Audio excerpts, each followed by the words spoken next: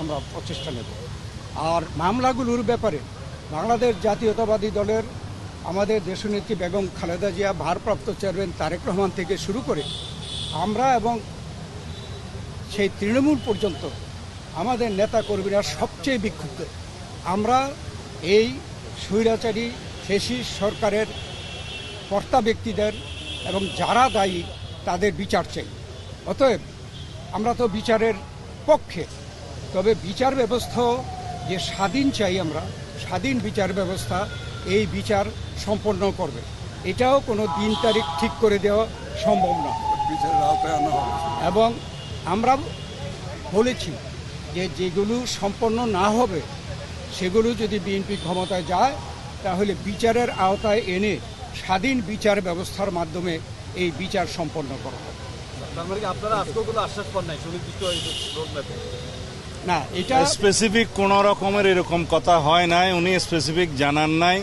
আমরা আমাদের দাবি জানিয়েছি, হয়তো বা ওনারা ওনার প্রেসের মাধ্যমে জানাবেন, সেই জন্য আমরা অপেক্ষা করব। সন্তুষ্ট কিনা এখনো প্রতিক্রিয়া জানানোর দরকার না, ওনারা প্রেস সেকশন কি বলে তারপর আমরা প্রতিক্রিয়া দেবো। হয়েছে আপনারা ওনার প্রেসকে আগে কথা বলতে বলবে, তারপরে আমি একটু বলি।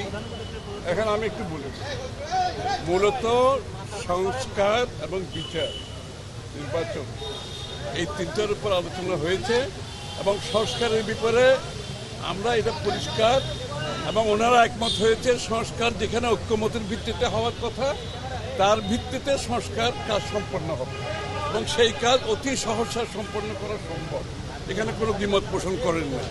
বিচার ব্যবস্থা বিচার বিভাগ করবে এবং বিচারের আওতায় আনার ব্যাপারে যে আলোচনা হয়েছে এখানে ওনাদের কোনো দ্বিমত নাই। সুতরাং ডিসেম্বরের আগেও নির্বাচন করা সম্ভব, এই আলোচনা হয়েছে এখানে। এখানে যে তিনটি বিষয় শোনেন, হ্যাঁ, পদত্যাগের ব্যাপারে আমরা লিখিত বক্তব্যে জানিয়েছি, আগেও জানিয়েছি। নিরাপত্তা উপদেষ্টা এবং আর দুইজন ছাত্র উপদেষ্টা যাদের কারণে এই সরকারের নিরপেক্ষতা ক্ষুণ্ণ হচ্ছে তাদেরকে বাদ দেওয়ার জন্য আমরা আজকেও লিখিত বক্তব্য আমরা দিয়েছি, মুখেও বলেছি। সেই আশ্বাস ওনারা দেখবেন, আমরা আমাদের বক্তব্য দিয়েছি। যে তিনটি বিষয় নিয়ে আমরা কথা বলেছি আপনারা শুনেছেন, সংস্কার, বিচার এবং নির্বাচন। আমরা স্পষ্ট ভাষায় বলেছি যে দে আর মিউচুয়ালি এক্সক্লুসিভ, একটার সঙ্গে আরেকটার কোনো সম্পর্ক নেই।